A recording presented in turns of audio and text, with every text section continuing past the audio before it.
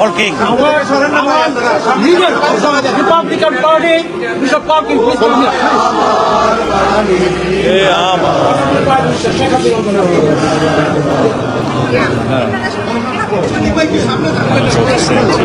Paul, join with them. Iqbal,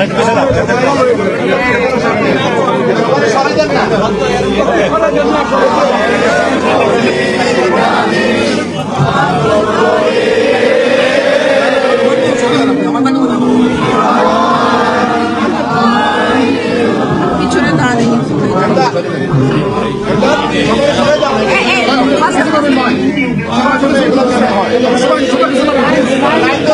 সুন্দর করে দাও please.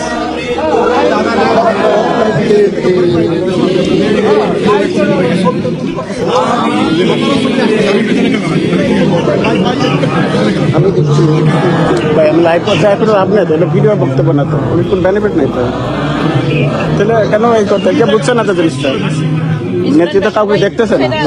All the freedom fighters, take the salute.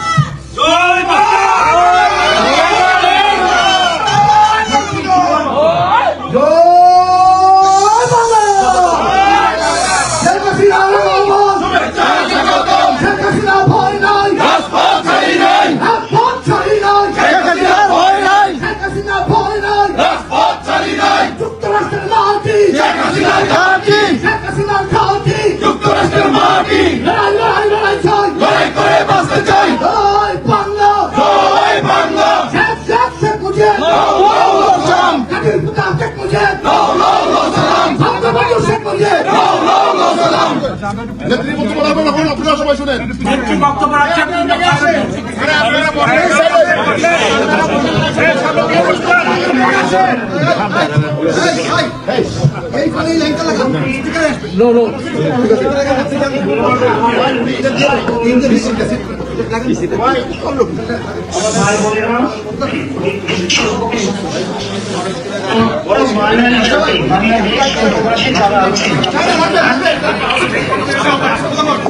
বিজয় দিবসে আন্তরিক শুভেচ্ছা জানাচ্ছি।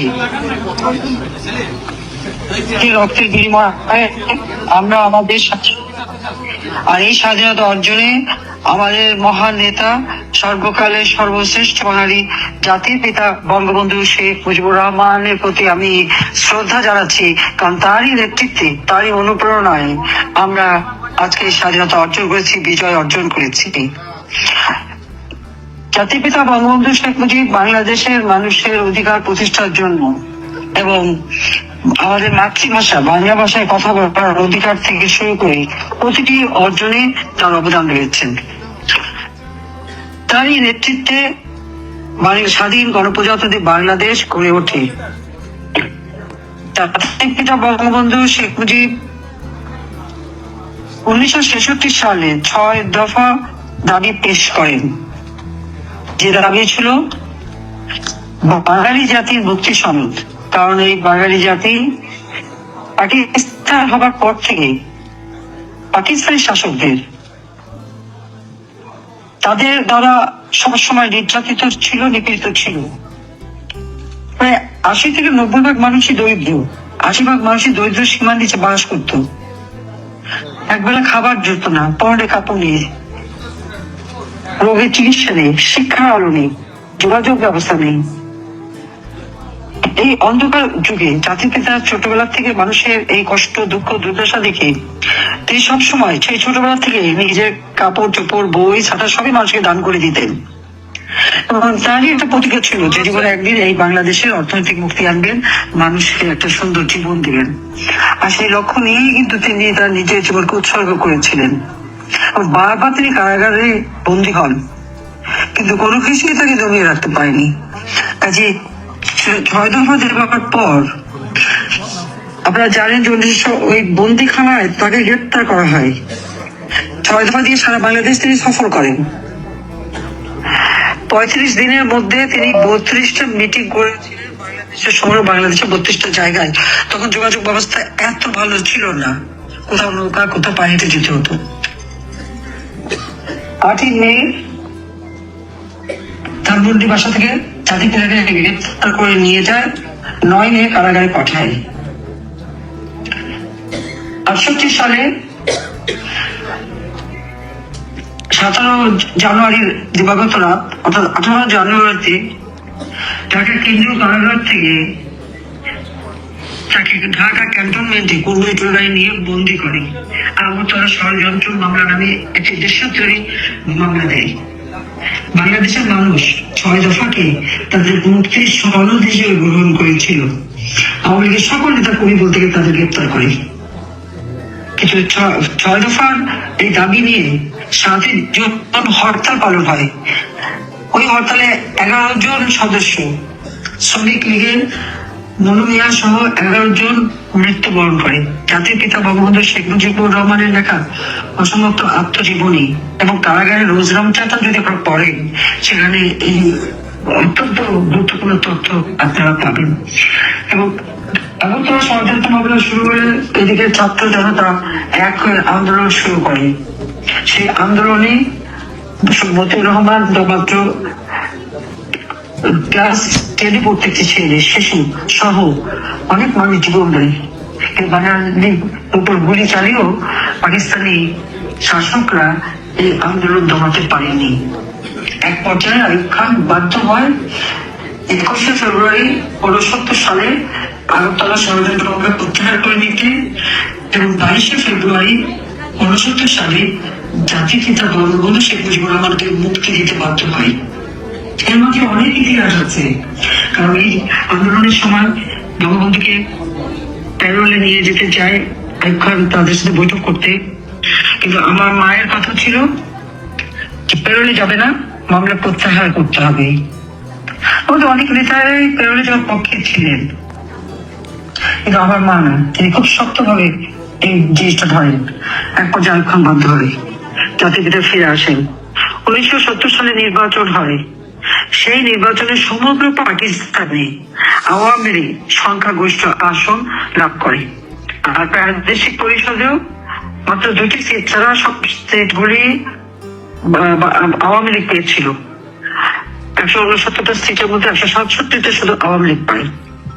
আওয়ামী লীগ সংখ্যাগরিষ্ঠ আসন পাওয়ার ফলে পাকিস্তানের শাসকরা কিন্তু বাঙালিদের শাসন ক্ষমতা দিবে না, অথচ জনসংখ্যার দিক থেকে এই উপত্যকার মানুষ কিন্তু সংখ্যাগরিষ্ঠ ছিল। এখানে 56% মানুষ আর পশ্চিম পাকিস্তানের কম সংখ্যা, কিন্তু এই সংখ্যাগরিষ্ঠ মানুষকে তারা ক্ষমতায় যেতে দেবে না। 5 ডিসেম্বর 70 সালে জাতির পিতা বঙ্গবন্ধু শেখ মুজিবুর রহমান যখন সরদি সাহেবের মৃত্যুবার্ষিকীতে বক্তৃতা দেন, সেই দিন তিনি ঘোষণা দেন যে এই ভূখণ্ড পূর্ববঙ্গের নাম হবে, এই পূর্ব পাকিস্তানের নাম হবে বাংলাদেশ। কাজে বাংলাদেশ নামটা এটা বঙ্গবন্ধু শেখ মুজিবুর রহমানেরই দেওয়া ছিল। এবং যখন 70 নির্বাচন হয় এবং আওয়ামী লীগ সংখ্যাগরিষ্ঠতা পায়, তখন যখন ক্ষমতা দেয় না, এবং জাতির পিতার দাবি ছিল যে আমাদের এই বাংলাদেশের মাটিতেই অর্থাৎ পাকিস্তানেই অর্থাৎ পূর্ববঙ্গে জাতীয় পরিষদের বৈঠক হবে। আচমকা এই জাতীয় পরিষদের বৈঠক ইয়াহিয়া খান বন্ধ করে দেয়, কারণ আইয়ুব খানের পতন ঘটে। আগরতলা ষড়যন্ত্র মামলায় জাতির পিতাকে মুক্তি দেওয়ার পর আইয়ুব খান পদত্যাগ করতে বাধ্য হয়। ইয়াহিয়া খান ক্ষমতা নেয়, মার্শাল ল জারি করে, এবং সেই সময় ইয়াহিয়া খান নির্বাচন দেয়। নির্বাচনের কতগুলি শর্ত দেওয়া হয়। আমাদের অনেকে তখন এই শর্তের বিরুদ্ধে ছিল যে শর্ত মেনে নির্বাচন করা না, কিন্তু বঙ্গবন্ধু শেখ মুজিবের চিন্তা ছিল যে শর্ত দিলেও আমরা নির্বাচন করব, কারণ বাঙালির নেতা কে, বাঙালির কথা কে বলবে সেটা সম্পূর্ণভাবে নিশ্চিত হওয়া দরকার। এবং সেই কথা চিন্তা করে ইলেকশন করেন, জয়লাভ করেন। কিন্তু যখন ইয়াহিয়া খান চাল ভাড়া শুরু করে এবং ভুট্টো বিশেষ করে সে এই নির্বাচিত প্রতিনিধিদের ক্ষমতা দিতে দেবে না, জাতীয় সংসদ বসার ঘোষণা দিয়েও আচমকা এটা বাতিল করে দেয়।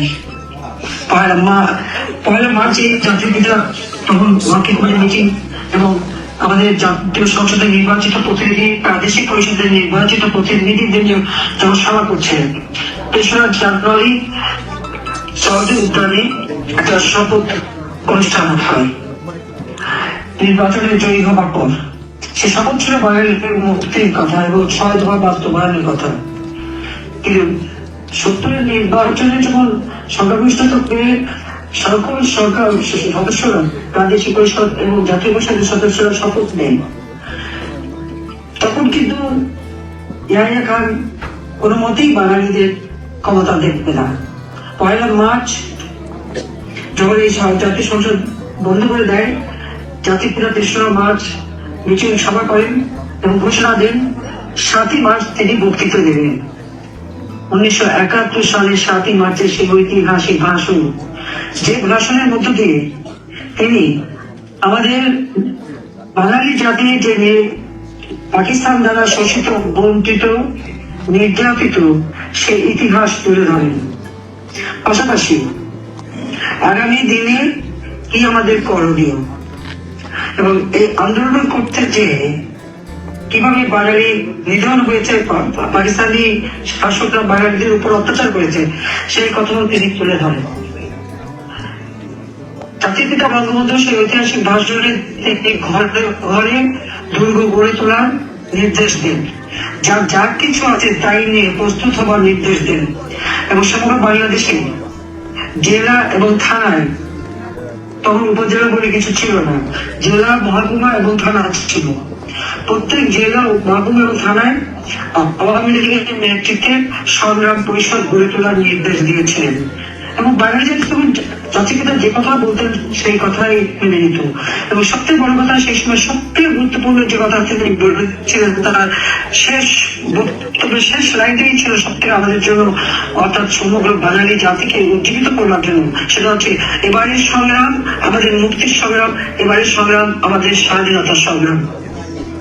সেই থেকেই কিন্তু আমাদের স্বাধীনতা। এরপর অসহযোগ আন্দোলন চলতে থাকে। 25শে মার্চ পাকিস্তানি হানাদার বাহিনী তারা সশস্ত্রভাবে নিরস্ত্র বাঙালির উপর ঝাঁপিয়ে পড়ে। রাজারবাগ পুলিশ কেন্দ্র, সেখানে সেই পুলিশের উপর হামলা করে, ঢাকা বিশ্ববিদ্যালয়ে হামলা করে, হামলা করে। যখন পুলিশ প্রথম হামলাটা করার সাথে সাথে জাতির পিতা বঙ্গবন্ধু শেখ মুজিবুর স্বাধীনতার ঘোষণা দেন। এই ঘোষণা সেটা ধানমন্ডি 32 নম্বর বাড়ি থেকে তিনি তখন, এখন যেটা বিজিবি অর্থাৎ বিডিআর, তখন ছিল ইপিআর ফাঁড়ি কর্মীটোলায়, সেটা হচ্ছে পিলখানায় ইপিআর ফাঁড়ি। এই ইপিআর এর সুবিধার মেজর শওকত আলী সহ তার 4-5 জন সাথে নিয়ে বঙ্গবন্ধুর নির্দেশে সেখানে অপেক্ষা করতে থাকে ওয়্যারলেস সেট নিয়ে। বঙ্গবন্ধু শেখ মুজিব স্বাধীনতার এই ঘোষণাটা টেলিফোনের মাধ্যমে সেই ওয়্যারলেসে পৌঁছে দেন।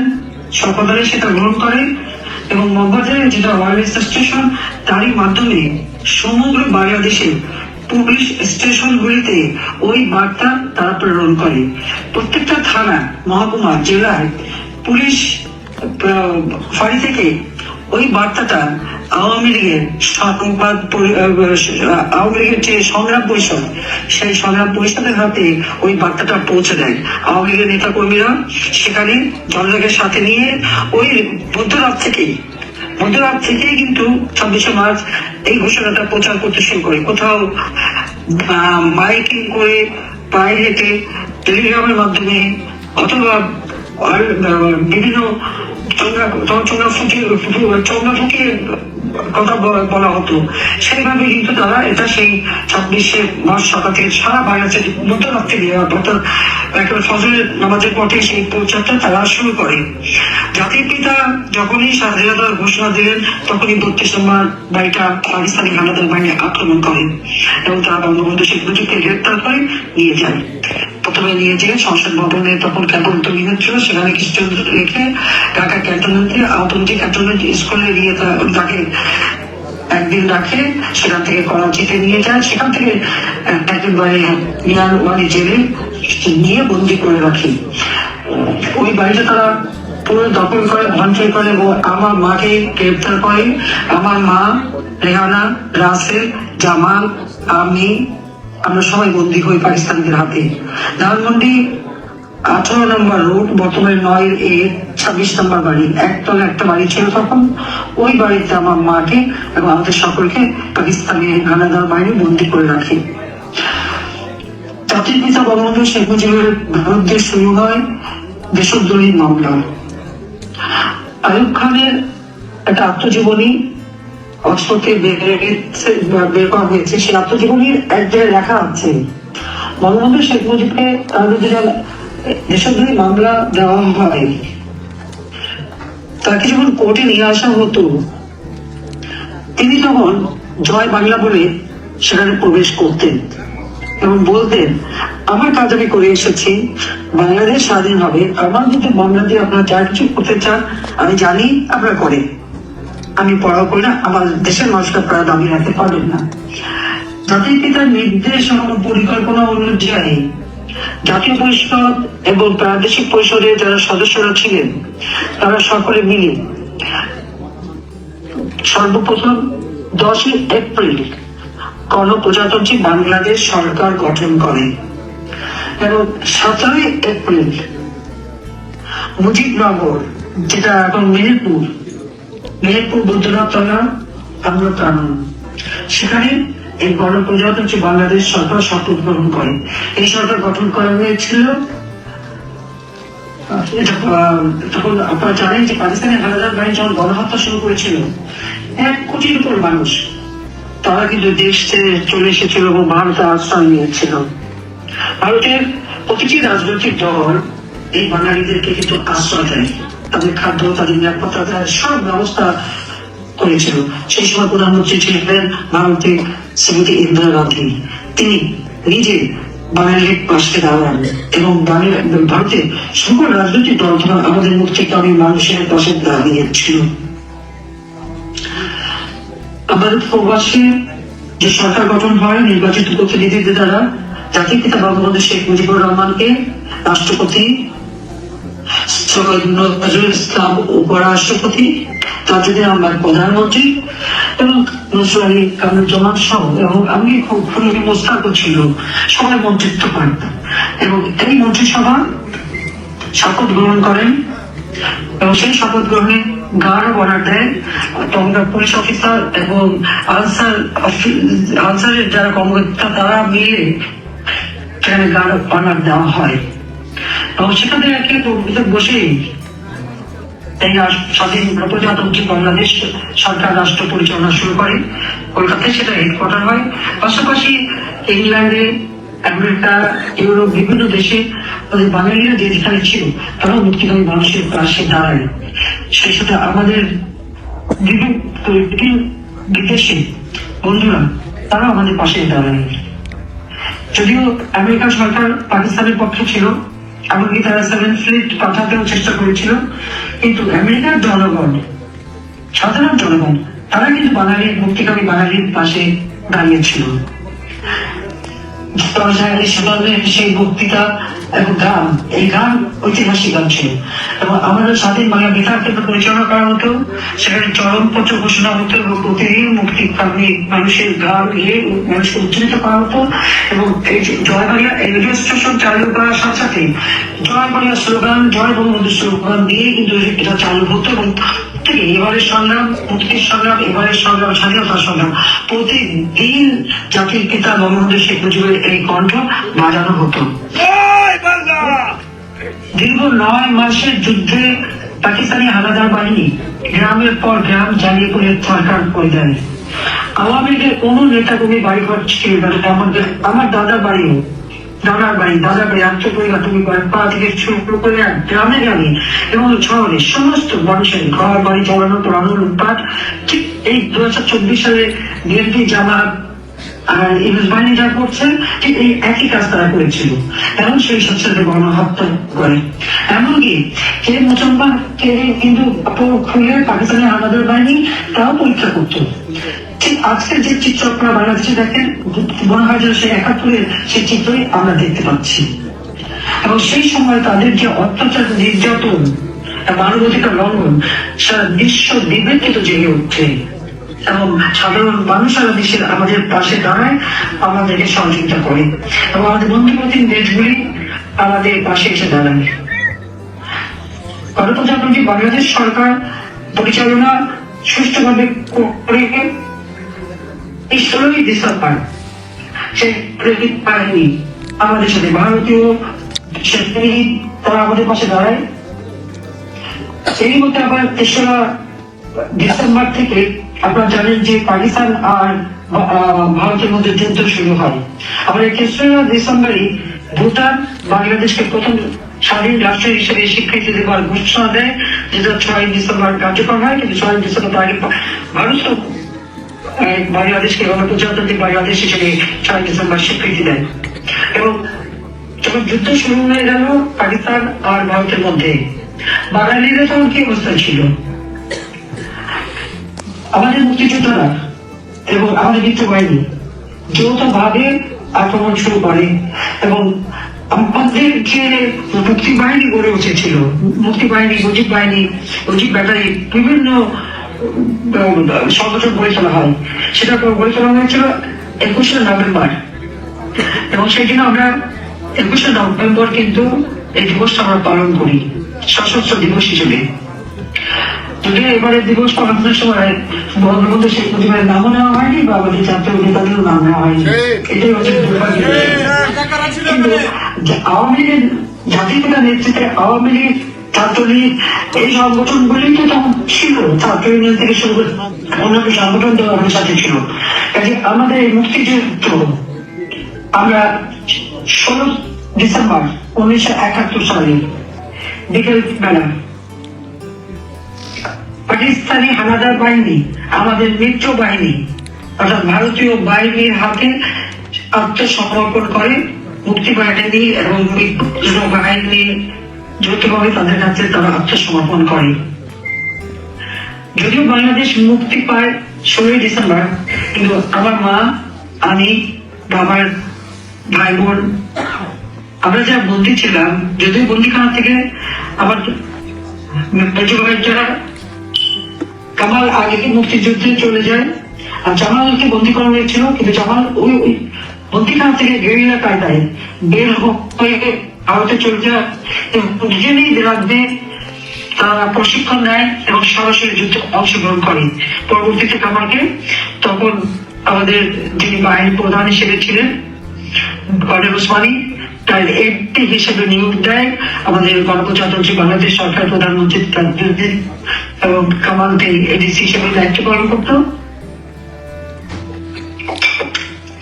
জামাল সশস্ত্র যুদ্ধে অংশগ্রহণ করে এবং সাতক্ষীরা ওই কালীগঞ্জ দিয়ে জামাল তার ট্রুপস এখানে প্রবেশ করে। আমরা কিন্তু মুক্তি পাই 17ই ডিসেম্বর। 16ই ডিসেম্বর বাংলাদেশের পাকিস্তানি হানাদার বাহিনী সারেন্ডার করলেও দুর্ভাগ্যের বিষয় যে আমাদের বাড়িতে যে পাকিস্তানি হানাদার বাহিনী ছিল তারা কিন্তু তখনও অস্ত্র নামায়নি, সারেন্ডার করেনি। ভারতীয় তখন মেজর অশোক তারা সে নিজে সেখানে যায় 17ই ডিসেম্বর খুব সকালে। ওই পাকিস্তানি বাহিনী যারা ওই 18 নম্বর ওই বাড়িটা পাহারা ছিল তাদেরকে সারেন্ডার করতে বাধ্য করে এবং আমাদেরকে, আমার মাকে আমাদেরকে বন্দিখানা থেকে মুক্ত করে।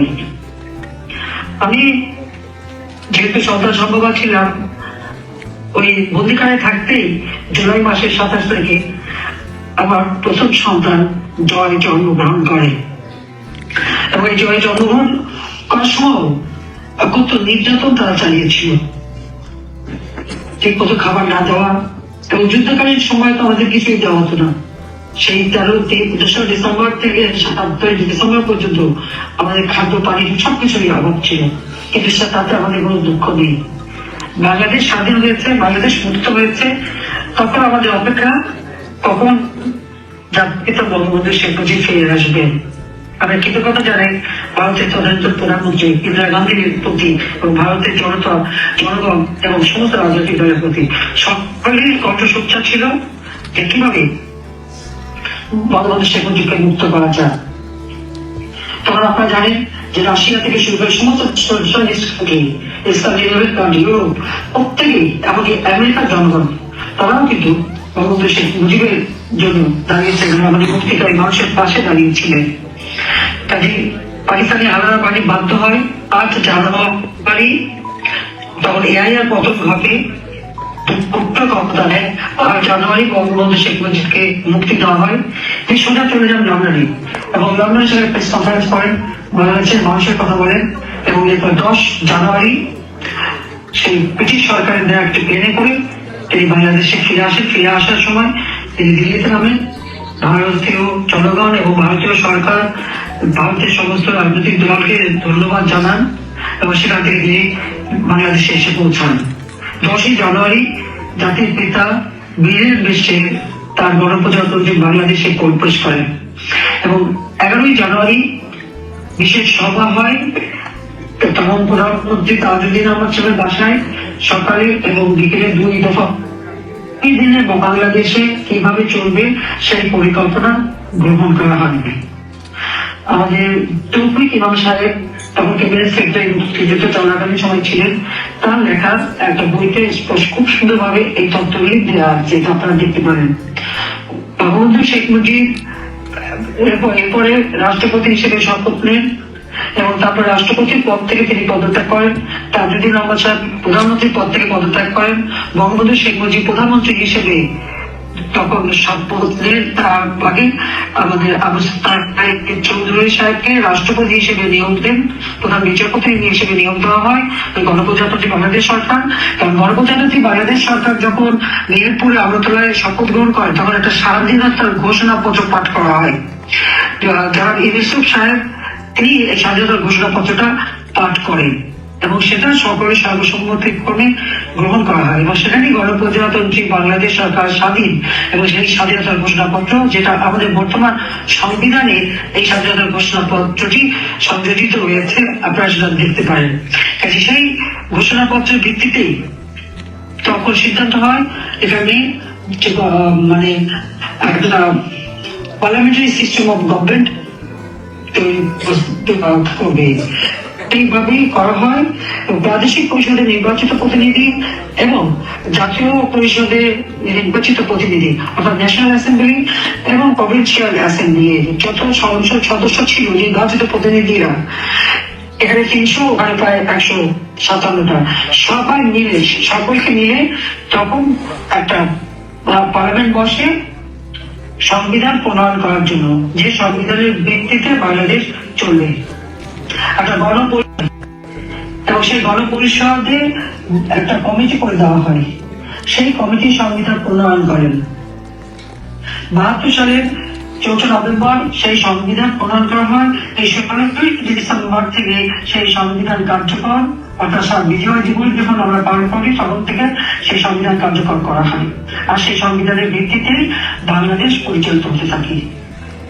এই সংবিধান মানুষের সকল মৌলিক অধিকার আছে, পল্লী অঞ্চলে বিদ্যুতের কথা আছে, শিক্ষার বিষয় আছে, স্বাস্থ্যের বিষয় আছে, অর্থনৈতিক বিষয় আছে, সমস্ত বিষয়গুলি দিয়ে এই সংবিধানটা প্রণয়ন করা হয়েছিল।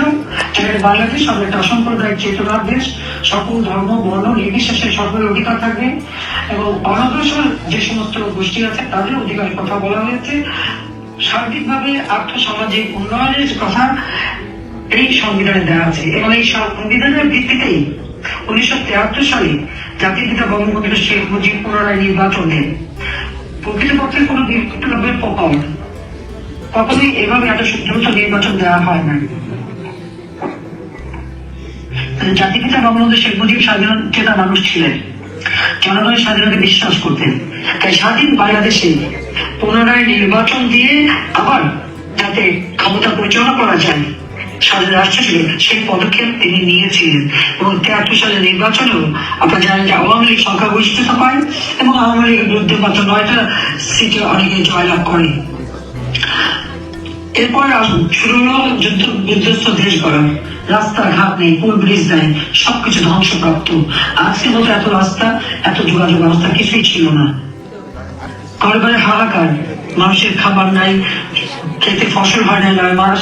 আমাদের বলতে প্রতিম দেশ তারা আমাদের সাহায্য করে, এই ভারত, রাশিয়া এবং বিভিন্ন দেশ থেকে আমাদের জন্য খাদ্যের সাহায্য আসে। আমাদের এমনকি যোগাযোগ ব্যবস্থার জন্য জাহাজ সেনাবাহিনী, নৌবাহিনী, বিমান বাহিনী, জাতির পিতা বঙ্গবন্ধু শেখ মুজিব করে তোলেন যুগোস্লাভিয়া থেকে শুরু করে বিভিন্ন দেশ ভাষার বিরোধী সাহায্য করে প্রত্যেকে এগিয়ে আসে। আমাদের সশস্ত্র বাহিনী তিনি গড়ে তোলেন। মিলিটারি একাডেমি ভিত্তিপ্রস্তর স্থাপন করার চট্টগ্রাম জায়গাটা তিনি দেখে রাখেন। কুমিল্লা ক্যান্টনমেন্টে প্রথম এই ভিত্তিপ্রস্তরটা তিনি স্থাপন করার পাশে যে ঐতিহাসিক ভাষণ দিয়েছেন, এই ভাষণটাও কিন্তু সকলের শোনা দরকার। জাতিপিতা বঙ্গবন্ধু শেখ মুজিব শুধু একটি রাষ্ট্র স্বাধীন করে দেন না, একটি রাষ্ট্র পরিচালনা সকল দিক নির্দেশনা দেন এবং সুষ্ঠুভাবে পরিচালনা করেন।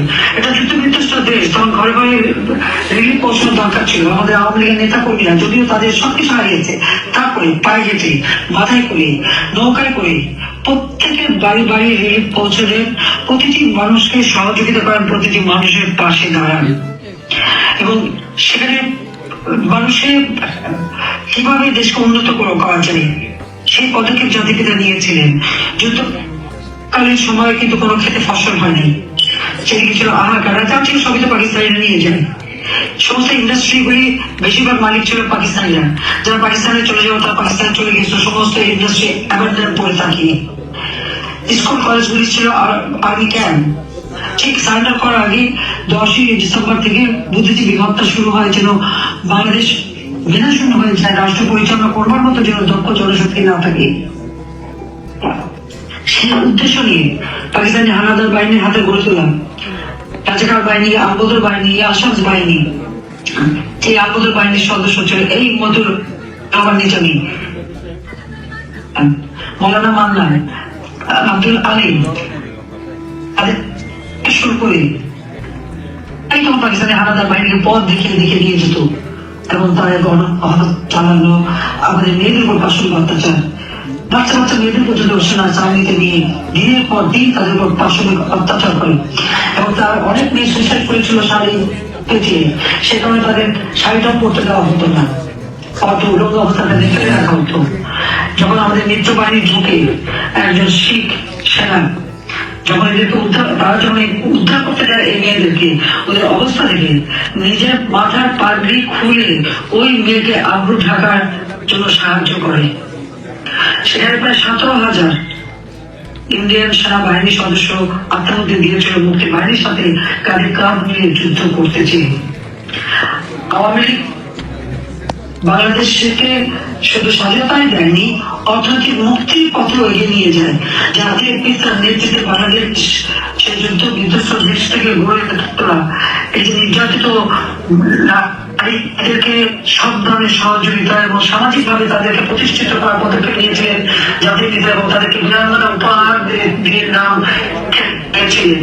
শুধু তাই না, চাকরিতে নারীদের জন্য যে 10% কোটা সেটার ব্যবস্থা জাতির পিতা বঙ্গবন্ধু শেখ মুজিব করে ছিলেন এবং এই মেয়েদেরকে অনেকে তাদেরকে স্বাভাবিক জীবনে ফিরিয়ে আনার জন্য তাদের বিয়ে দেওয়ার ব্যবস্থা করা হয়। আমার মা নিজে উপস্থিত থাকেন, এই নির্যাতিত মেয়েদেরকে দেখতে যান, তাদের পাশে দাঁড়ান এবং সেই সময় বড় বিবাহের ব্যবস্থা নেওয়া হয়। সেইভাবে তাদেরকে বিবাহ দিয়ে তাদেরকে সামাজিক ভাবে প্রতিষ্ঠিত করে দেন যেন কেউ তাদের অবহেলা করতে না পারে। তাদের মানসিকতা অন্যরকম ছিল এবং যত সুইজারল্যান্ড, জার্মানি, ইংল্যান্ড বিভিন্ন জায়গা থেকে ডাক্তার নার্স নিয়ে এসে এই মেয়েদের চিকিৎসা করান। আর অধিকাংশ মেয়েরা তখন প্রেগনেন্ট ছিল। অনেক বাচ্চাও জন্ম হয় আর বেশিরভাগই তাদেরকে অ্যাবর্ট করানো হয়, বসন করে দেওয়া হয়। যে বাচ্চাগুলি জন্ম হয় পৃথিবীর বিভিন্ন দেশ তাদেরকে কিন্তু নিয়ে যায় দত্তক হিসেবে। জার্মানি থেকে শুরু করে ইউরোপের দেশগুলি অনেকে এই বাচ্চাদের নিয়ে যায়, কানাডা, বিভিন্ন দেশ আন্দোলনের সময় আগে। অর্থাৎ প্রত্যেকটা মানুষকে পুনর্বাসিত করার যত রকমের ব্যবস্থা সবই জাতিপিতা নিয়েছিলেন। মাত্র 3 বছর 7 মাস 3 দিন তিনি হাতে সময় পেয়েছিলেন। এই অল্প সময়ের মধ্যে একটা যুদ্ধ বিধ্বস্ত দেশ গড়া, একটা সংবিধান দেওয়া, সুষ্ঠু রাষ্ট্র পরিচালনা করা এবং বাংলাদেশকে এগিয়ে নিয়ে যাওয়া, এরই মধ্যে চক্রান্ত ছিল, ষড়যন্ত্র ছিল। এবং আপনারা জানেন যে যারা আমাদের স্বাধীনতা চায়নি, যেমন কিসিঞ্জার বলেছিল এই বাংলাদেশ স্বাধীন হয়ে কি হবে, বাংলাদেশ তো একটা বটমলেস বাস্কেট হবে। এবং তাদের চক্রান্তই ছিল কিভাবে জাতিপিতাকে ক্ষমতা থেকে সরাবে। পাকিস্তান আমরা পারেনি। 1974 সালে নগদ টাকা দিয়ে অর্থ দিয়ে খাদ্য কেনা হয়েছিল। সেই খাদ্য জাহাজ শ্রীলঙ্কা পর্যন্ত আসে সেই যারা বাংলাদেশে না এনে সত্যি অন্য দেশে পাঠিয়ে দেয়, দুর্ভিক্ষ সৃষ্টি করা হয়। জাতির পিতা বঙ্গবন্ধু শেখ মুজিব এবং আওয়ামী লীগের নেতৃবৃন্দকে নিয়ে সেই দুর্ভিক্ষ মোকাবেলার ব্যবস্থা নেন। সেখানে লঙ্গরখানা করা হয়, চাল ডাল খিচুড়ি বানানো বা রুটি বানিয়ে বানিয়ে মানুষকে দেওয়া হয়। তারপরে অনেক মানুষ মারা যায়। তিনি সেটা রেখে রেখে রাখেননি। জাতীয় সংসদে নিজেই বলেন যে আমার 26,000 মানুষ মারা গেছে, আমি বাঁচাতে পারিনি। এবং এই ঘটনার পরেই কিন্তু জাতিপিতা দ্বিতীয় বিপ্লবের কর্মসূচির ঘোষণা দেন। সেখানে লক্ষ্য ছিল যে বাংলাদেশে উৎপাদন বাড়াতে হবে, জাতীয় ঐক্য গড়ে তুলতে হবে এবং নির্বাচনে অর্থ বা অস্ত্র বা লাঠির ব্যবহার যেন না হয়। একবার তৃণমূলের মানুষ যেন নির্বাচনে অংশগ্রহণ করে তার প্রতিনিধি নির্বাচিত করতে পারেন, সেই পদক্ষেপ তিনি নিয়ে এবং সফলভাবে তা করতে পেরেছিলেন। সামান্য সময় মাত্র 3 বছর 7 মাসের মধ্যে বাংলাদেশ খাদ্যের স্বয়ংসম্পূর্ণতা অর্জন করে, জিডিপি 9% অর্জন করে, বাংলাদেশ স্বল্পোন্নত দেশ হিসেবে জাতিসংঘ কর্তৃক স্বীকৃতি পায়। এই স্বীকৃতি পাওয়ার পরেই কিন্তু চক্রান্ত আরো শুরু হলো। এরপর 15ই আগস্ট জাতির পিতা বঙ্গবন্ধু শেখ মুজিবুর রহমানকে নির্মমভাবে হত্যা করলো। সেই একই সাথে আমার মা, আমার 3 ভাই, ভাতৃবধূ, আমার চাচা, আমার ফুফাতো ভাই, আমার ফুফা, অন্যান্য আত্মীয় স্বজন, আমার মিলিটারি সেক্রেটারি সহ সবাইকে নির্মমভাবে হত্যা করা হয়। কেন্দ্রীয় কারাগারে জাতীয় 4 নেতাকে হত্যা করা হয়। তাদের সকলের প্রতি শ্রদ্ধা জানিয়ে বলবো যে এই হত্যাকাণ্ডের পরে বাংলাদেশটা, আপনারা জানেন যে এই হত্যার পরপরই ওই খুনি রশিদ, জালিম, ফারুক এরা বাংলাদেশকে ইসলামিক রাষ্ট্র ঘোষণা দিয়েছিল। এই বাংলাদেশের মানুষটা মেনে নেয়নি। এটা বড় প্রজাতন্ত্রী বাংলাদেশ, গণপ্রজাতন্ত্রী বাংলাদেশই রাখা হয়েছে। এমনকি তারা বাংলাদেশ বেতারের নাম পরিবর্তন করে পাকিস্তানি তাদের রেডিও বাংলাদেশ সে নামও দিতে চেয়েছিল। ঠিক 2024-এর সাথে অনেক কিছু আমি মিল খুঁজে পাই। সে 15ই আগস্টের পরে যারা জাতির পিতাকে হত্যা হয়, এমনকি সেই খুনিদেরকে ইন্ডেমনিটি দেওয়া হয়, দায় মুক্তি দেওয়া হয়েছিল এবং তারা গর্বভাবে বলতো কে তাদের বিচার করবে। কিন্তু 15 আগস্ট আমরা 2 বোন বেঁচে ছিলাম, আমরা জামাইতে ছিলাম। দেশে ফিরে এসে বাংলাদেশের হাত ধরি। যে বাংলাদেশকে জাতির পিতা স্বল্পোন্নত দেশ হিসেবে উন্নীত করে ছিলেন, আর বাংলাদেশের যখন হত্যা, কুসংস্কার রাজনীতি, মুক্তিযোদ্ধাদের হত্যা করা, আমাদের নেতা কর্মীদের টর্চার, নির্যাতন বারবার ভোগ করতে হয়েছে। 21 বছর সরকার গঠন করি। এরপর আবার দ্বিতীয়বার 2009 সরকার গঠন করি। এই বাংলাদেশকে 2009 থেকে 2021-এ যখন আমরা 2020-এ জাতির পিতার জন্ম শতবার্ষিকী উদযাপন করি, যখন আমরা 2021 সালে স্বাধীনতা সুবর্ণ জয়ন্তী উদযাপন করি, সেই সময় কিন্তু বাংলাদেশ উন্নয়নশীল দেশের মর্যাদা পায়। এটাই ছিল আমাদের সবচেয়ে বড় অর্জন, যে মাত্র 15 বছরের মধ্যে বাংলাদেশ আজকে বদলে যাওয়া বাংলাদেশ।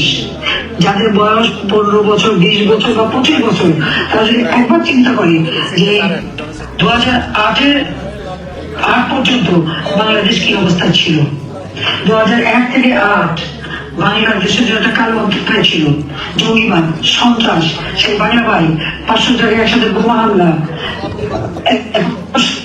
গ্রেনেড হামলা, কিডন্যাপ সাক্ষা হত্যা, আমাদের বিভিন্ন নেতাকে হত্যা, এই ধরনের খুনিদের রাজত্বই ছিল। আর 2009 থেকে ধারাবাহিকভাবে গণতান্ত্রিক ধারা অব্যাহত ছিল, যার জন্য আর্থ সামাজিক উন্নয়ন আমরা করতে পেরেছি এবং বাংলাদেশ উন্নয়নশীল দেশের মর্যাদা পেয়েছে। এই উন্নয়নশীল দেশ হিসেবে আমাদের যাত্রা শুরু হবার কথা 2026 সালে। আপনারা একটা জিনিস লক্ষ্য করেন, যখন জাতির পিতা বাংলাদেশকে স্বল্পোন্নত দেশের মর্যাদা এনে দিলেন, তারপরে কিন্তু চক্রান্ত হলো 15ই আগস্ট। আর ঠিক যখন আমরা উন্নয়নশীল দেশ হিসেবে মর্যাদা পেলাম এবং ঘোষণা দিলাম 2041 সালের মধ্যে বাংলাদেশ হবে স্মার্ট বাংলাদেশ এবং উন্নত বাংলাদেশ, এরপরে কিন্তু একটা চক্রান্ত শুরু। এবং এই 2024 সালে জুলাই মাসের 15 তারিখ থেকে যে 7 তারিখ থেকে কোটা আন্দোলন এবং 15 তারিখ থেকে যে হত্যাযজ্ঞ শুরু হলো, এবং সেখানে কিন্তু টার্গেট ওই ভক্তের সময় আগুন দেয় নাই, লুটপাট করেছিল, 75 সাল লুটপাট করছিল, 71 সাল লুটপাট করছিল, কিন্তু ওই সিট পুড়িয়ে দেওয়া হলো, হামলা করা হলো। একদিকে আওয়ামী লীগের নেতা কর্মীদের হত্যা, পুলিশ হত্যা, সংখ্যালঘুদের উপরে আক্রমণ, তাদের হত্যা করা এবং মাজার, দরগা শরীফ, হিন্দুদের মন্দির, খ্রিস্টানদের গির্জা, বুদ্ধদের মঠ, কিছুই তো রেহাই পায়নি।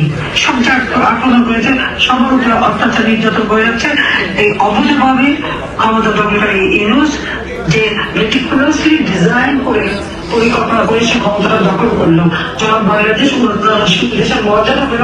এবং এই 24-এ জাতিসংঘ যে বিশেষ কমিটি আছে, সেই কমিটি এই 2024 সালেও কিন্তু এটা তাই করলো যে এত কিছু পরে বাংলাদেশ এই উন্নয়নশীল দেশ হিসেবে মর্যাদা পাওয়ার যোগ্যতা রাখে কিনা।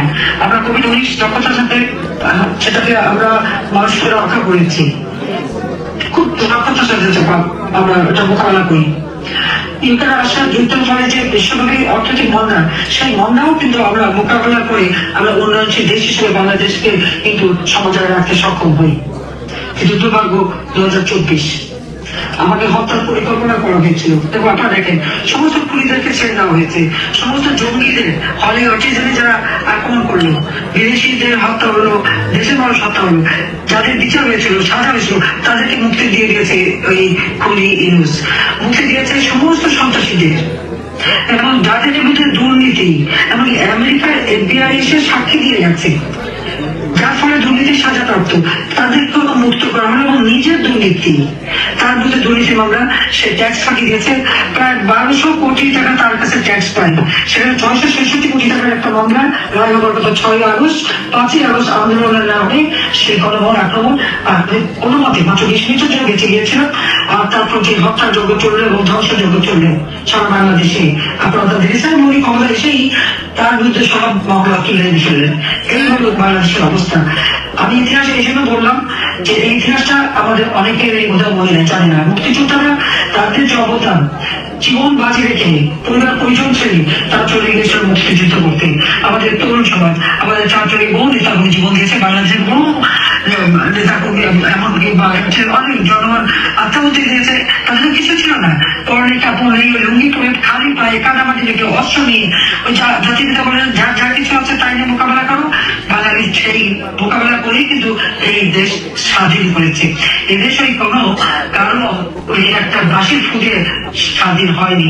দীর্ঘ 24 বছরের সংগ্রাম ও 9 মাসে মুক্তিযুদ্ধের বিজয়ের মধ্য দিয়ে কিন্তু আমাদের বাংলাদেশ স্বাধীন। আজকে বাংলাদেশ আমরা যখন উন্নয়নশীল দেশের মর্যাদা পেলাম, তখনই আবার সেই হায়না আবার বাংলাদেশের জনগণের উপর সব কিছু অর্থনীতি ধ্বংস করেছে, সমস্ত পরিবেশ ধ্বংস করেছে, বাংলাদেশকে আবার দীপকের জাতিতে পরিণত করছে। এই অবস্থা থেকে উত্তরণ আমাদের হাঁটাহাঁটি হবে। আজকে বিজয় দিবসে এটাই আমাদের প্রতিজ্ঞা, এই প্রতিজ্ঞায় আমরা নেব যে জাতির পিতা বঙ্গবন্ধু শেখ মুজিবুর রহমান আমাদের যে স্বাধীনতা দিয়ে গেছেন, 30 লক্ষ শহীদের রক্তের বিনিময়, 2 লক্ষ মাতৃ ইজ্জতের বিনিময় যে স্বাধীনতা আমরা পেয়েছি, এই স্বাধীন বাংলাদেশ মাথা উঁচু করে বিশ্ব দরবারে চলবে। আজকে যে হায়না দল ইউনূসের নেতৃত্বে যে জঙ্গি শাসন শুরু হয়েছে, এই জঙ্গিদের হাত থেকে বাংলাদেশকে মুক্ত করতে হবে। আবার জনগণকে ক্ষমতা দিতে হবে, জনগণের ক্ষমতা, গণতন্ত্র ফিরিয়ে আনা এবং দেশকে আবার উন্নত দেশ হিসেবে গড়ে তোলা, সেই লক্ষ্য আমাদের বাস্তবায়ন করতে হবে। এবং জাতির পিতার সেই স্বপ্ন সোনার বাংলা তো আমরা গড়ে তোলা একেবারে কাছে পৌঁছে গিয়েছিলাম, আবার আমরা পিছিয়ে গেছি, কিন্তু এটা আমরা অবশ্যই ওভারকাম করতে পারবো। এখান থেকে উত্তরণ ঘটিয়ে বাংলাদেশকে আমরা এগিয়ে নিয়ে যাব। আজকে বিজয় দিবসে এই প্রতিজ্ঞা করছি। আপনাদের আমি গল্প শোনালাম, কারণ আমাদের তরুণ প্রজন্ম গল্প জানে না, সেই জন্যই। তো আমি সবাইকে ধন্যবাদ জানাই ধৈর্য ধরে দীর্ঘ সময় আমার বক্তব্য শোনার জন্য। সবাইকে আমার আন্তরিক শুভেচ্ছা। আবারও জাতির পিতা বঙ্গবন্ধু শেখ মুজিবুর রহমান, লাখো শহীদ এবং নির্যাতিত মানব সকলের প্রতি আমার শ্রদ্ধা জানিয়ে এবং বাংলাদেশের জনগণের যে দুঃখ কষ্টের সীমা নেই, এখান থেকে তাদের উত্তরণ করুক, আবার বাংলাদেশের মানুষ মুক্তি পান, বাংলাদেশের মানুষের জীবন উন্নত হোক, সেই জায়গায় সেই কথা ঘোষণা করে আমি আমার বক্তব্য শেষ করছি। খোদা হাফেজ, জয় বাংলা।